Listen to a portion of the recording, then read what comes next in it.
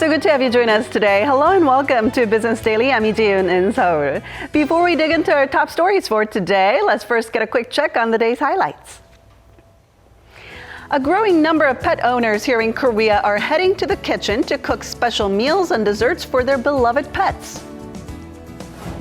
From a snapshot of China's economy ahead of this weekend's NPC meeting to the first ever Google car crash, we look into some of the global business stories that made headlines this week.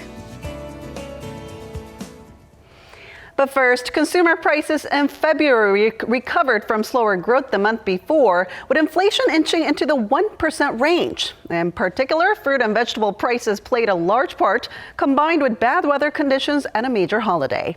Our Lee Ji-won has the numbers. Korea's consumer price growth saw a rebound last month after tumbling into the 0% range in January. A report from Statistics Korea on Thursday shows that February prices picked up 1.3% from the year before and 0.5% on month. The agency says the reason for the pickup was a decrease in fresh food production due to cold weather, coupled with higher demand before the Lunar New Year holiday. Prices of fresh produce shot up 9.7% from the year before, the biggest jump since January 2013. The cost of meat, fish, and agriculture produce increased significantly, climbing 5.6% from 2015. Services also became more expensive, especially rental fees, which climbed to a 4-year high of 2.9%. But the general rise in produce and service prices was offset by lower utilities fees, which plummeted 8% from a year earlier. Core inflation, which excludes volatile food and oil prices, was at 1.8% compared to the same month in the previous year. Lee Ji-won, Business Daily. The UN Security Council unanimously adopted on Wednesday some of the toughest sanctions yet on North Korea, including stronger restrictions on mineral exports. The resolution is set to ban trade of coal, iron, and iron ore that are used to fund Pyongyang's weapons program and prohibit exports of gold and other rare earth minerals. North Korea raked in roughly $1.5 billion in 2015 from its mineral exports, accounting for nearly half of the country's total outbound shipments. Seoul's IBK Economic Research Institute says, based on figures from 2014, the ban could drag down GDP growth from 1% to minus 3.3%, resulting in the largest dip in 17 years. Foreign currency the North gains from mineral exports is used to prop up its economy. This ban is expected to challenge Kim Jong-un's various economic projects and disrupt the country's markets and people's livelihoods.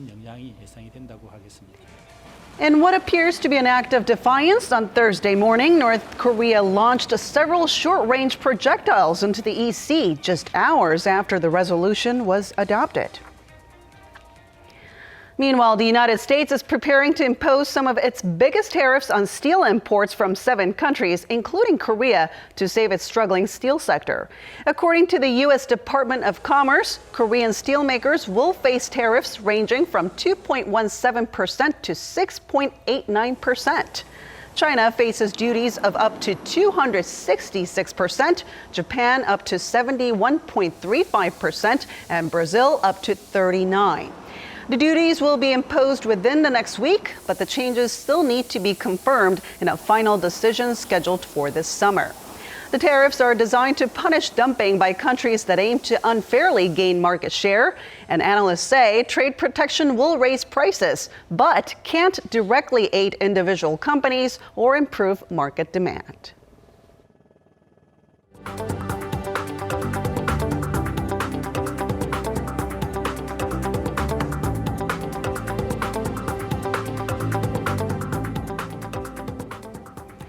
We've been hearing a lot about China's slow growth dealing a blow to the global economy, and we'll actually hear more about that later in the show. But a professor at Johns Hopkins University who served as the deputy managing director for the IMF says another risk factor is the current situation in the European Union.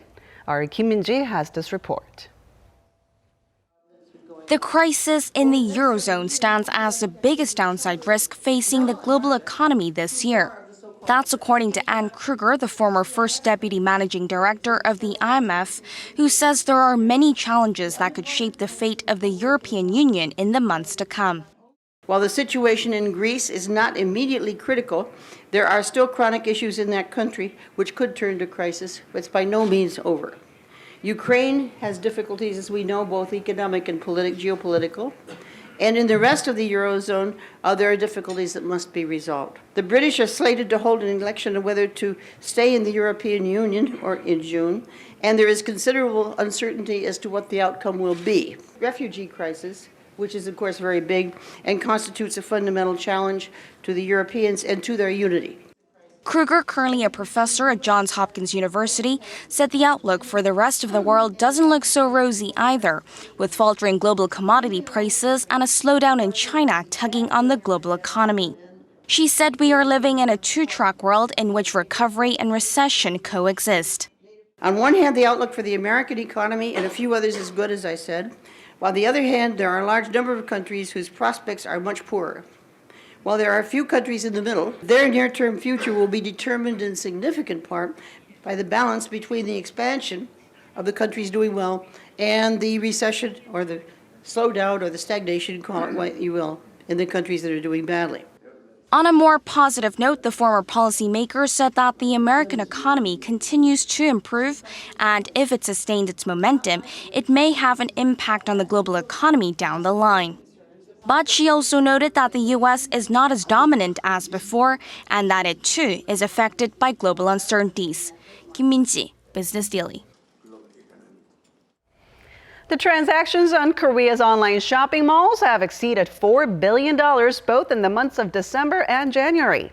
Statistics Korea said e-commerce websites secured $4.4 billion in December, and in the following month, figures dipped slightly to $4.2 billion. But this was still a 21% increase compared to the same time last year, in stark contrast to the 2.4% dip in sales in the entire retail industry. Statistics Korea said the rapid growth in mobile shopping is the key reason behind the boom in e-commerce. The use of mobile shopping has grown consistently from 2014, taking up 51% of total online shopping transactions in January. Duck tenderloin, oven-baked salmon, and vegetable stew. These are some of the most sought-out recipes among those who want to cook up a special meal for their pets here in Korea.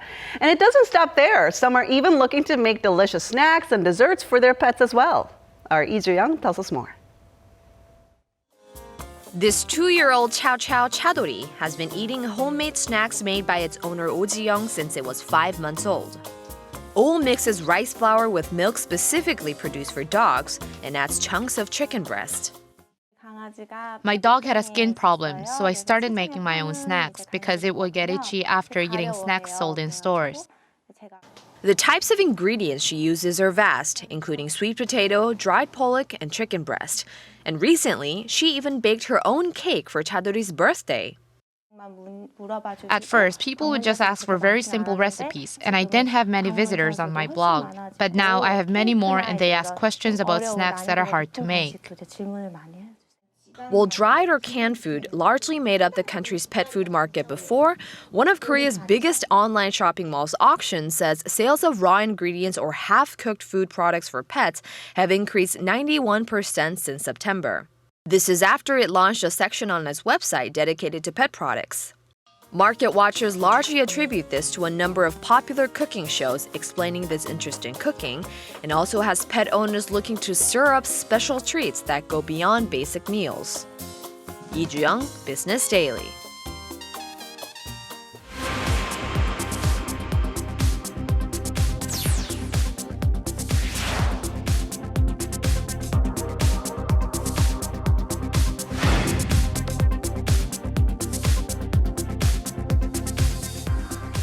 Time now for a look through some of the major global business headlines from this week. And for that, we're now joined by our Eunice Kim in the studio. Hello, Eunice. Hello, Jian. All right, so we heard yesterday that the global credit ratings agency Moody's has lowered China's credit ratings outlook from stable to negative. That's right. So let's take a closer look at this report a little bit more for some insight on the Chinese economy. Right, so the rating itself at AA3 was left untouched. And Moody's cited China's, quote, ample foreign exchange reserves buffers numbers for that. Nonetheless, the U.S. ratings agency did express concern for China's growing debt load as well as its willpower to put tough reforms ahead of short-term growth.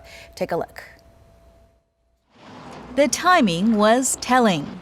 Moody's outlook went from stable to negative on China's sovereign debt days after the G20 finance minister summit that discussed the state's growth concerns and ahead of the weekend's National People's Congress, where Premier Li Keqiang is set to present China's next five-year plan.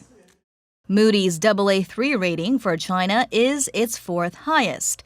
It's one notch lower than Korea's and equal to Taiwan and Chile. It's also equivalent to S&P's AA rating and one notch above the A+ given by Fitch. Fitch's downgrade 3 years ago was the last such significant move on China. But that could change, Moody says, if Beijing fails to turn around weakening debt metrics and if structural reforms are not adopted fast enough. The U.S. ratings agency estimates China's central government debt has climbed to nearly 41% of its GDP at the end of last year. But UBS says the state's overall debt-to-GDP ratio has exceeded a whopping 260% in January, climbing just shy of 100 percentage points in less than 10 years. China's debt is consistently rising, and Moody's is concerned the state's contingent liabilities, that is, debt held by government-reliant bodies such as policy banks, state-owned enterprises, and local governments, could prove destructive to Beijing's balance sheet at a time when growth is undeniably slowing. The slowed growth is the price of China's massive pivot to a consumption-driven economy. But analysts are also worried the structural reforms needed to rein in the economic decline is being held up for attempts at short-term growth to exceed China's bottom-line 6.5% annual growth goal. Bank lending in January had reached an all-time high at $390 billion. And earlier this week, Beijing lowered banks' required reserve ratio, freeing up more cash to spur the economy. State intervention in equity and foreign exchange markets to curb volatility are also hurting China's policy credibility, Moody says. All areas the ratings agency and China watchers will be considering as the leadership presents its policy priorities this weekend. You know, it's a delicate dance, debt versus growth, and it's something that Korea is also dealing with too, Right. although it's on a much lesser scale. So, and China is, of course, working under a very different economic system compared to us. Yeah, you're absolutely right. And in fact, Reuters did have an exclusive report yesterday that said Beijing is getting ready to lay off 5 to 6 million state workers over the next few years, but they are concurrently preparing resettlement programs for them too to mitigate any forthcoming social unrest. In fact, the report said nearly $23 billion was being set aside to maintain stability following the layoffs that will come in the coal and steel sectors. China has been trying to curb overcapacity in the industrial sector, even as Premier Li Keqiang in December had vowed to shut down so-called zombie state firms. Reuters says the inefficient public sector accounts for nearly half of China's bank lending. And the China revision wasn't the only warning that Moody's has issued, right? Right, you're absolutely right. The supply glut in commodities is certainly not limited to just China. Oil, gas, and mining all have been hit globally, and many companies in those sectors have had to close. Now, Moody says defaults in corporate bonds are poised for a new peak this year, that is since the global financial crisis, led by crippling performance in the energy and mining sectors. Last year, the default rate for all corporate debt was 1.7%. That's nearly double what it was the year before. And this year, it's set to reach 2.1%. or 4.2% when only looking at speculative grade defaults. It also forecasts credit conditions will worsen amid the rash of ratings downgrades and rising investor caution. And finally, let's take a look at developments in autonomous car research. Now, Google has, for the first time, partially owned up to a collision between one of its test cars and a municipal bus. The accident took place on Valentine's Day in Mountain View, California, and in a filing, Google said its self-driving Lexus vehicle was trying to get around some sandbags along a wide lane and had backed up, believing that oncoming traffic would allow it to merge in. Google said misjudgments such as these happen every day between humans and humans, and that it would refine its algorithm to reflect that large vehicles would be less likely to yield. I think these were exactly what we're worried about before when we talked about self-driving cars. Still under process, aren't we? All right. Thank you so much for coming in today, Eunice. You bet.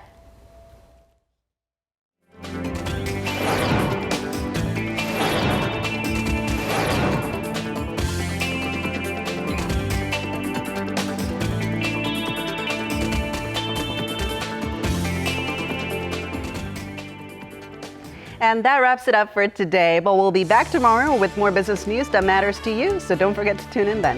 Thanks for watching, and see you soon.